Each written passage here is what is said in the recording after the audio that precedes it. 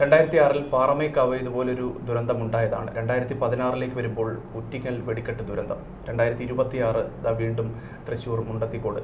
ഇങ്ങനെ ആവർത്തിക്കുന്ന വെടിക്കെട്ട് അപകടങ്ങൾ അത് തടയാൻ നമുക്ക് എന്തൊക്കെ കാര്യങ്ങൾ മുന്നോട്ട് വെക്കാൻ കഴിയും?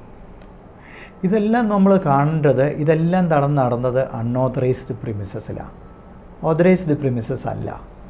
അപ്പോൾ എന്താണ് കുഴപ്പം? കേരളത്തിലെ സംബന്ധിച്ച് പറയുകയാണെങ്കിൽ ചെറുകിട വ്യവസായ പടക്ക വ്യവസായശാലകൾ നമ്മുടെ ഇത്രയും തിക്ലി പോപ്പുലേറ്റഡ് കേരളത്തിൽ വളരെ അധികം അപകടങ്ങൾക്ക് സാധ്യത വർദ്ധിപ്പിക്കുകയാണ്.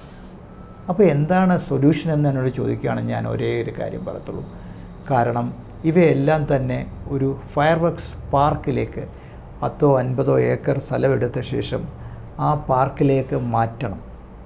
അവിടെ അങ്ങനെ 3-4 fireworks factory 45 metre safety distance ഒരു ഫാക്ടറിയിൽ നിന്നും വിട്ടുകൊടുക്കുകയാണെങ്കിൽ തീർച്ചയായിട്ടും അവിടേക്ക് മാറ്റുവാണെങ്കിൽ നമുക്ക് ഈ അപകട സാന്ദ്രത നിലനിർത്തുന്ന ഈ വ്യവസായത്തെ അതുപോലെ ജനനിബിഡമായ സ്ഥലങ്ങളിൽ നിന്നും മാറ്റിപ്പറപ്പിക്കാൻ സാധിക്കും. അങ്ങനെയാണെങ്കിൽ മാത്രമേ നമുക്ക് ഈ വ്യവസായം സുരക്ഷിതമായിട്ട് മുന്നോട്ട് കൊണ്ടുപോകാൻ സാധിക്കുകയുള്ളൂ. അല്ലെങ്കിൽ ഈ അപകടങ്ങൾ പിന്നെയും വരും. പാറമേക്കാവിൻ്റെ അപകടം കഴിഞ്ഞ് 20 വർഷം കഴിഞ്ഞപ്പോഴാണ് തിരുവമ്പാടിയുടെ സ്ഥലത്ത് അപകടം ഉണ്ടാകുന്നത്. പുറ്റിങ്ങൽ ആക്സിഡൻറ്റ് 2016 നടന്നത് ഡിസ്പ്ലേ സൈറ്റിലാണ്.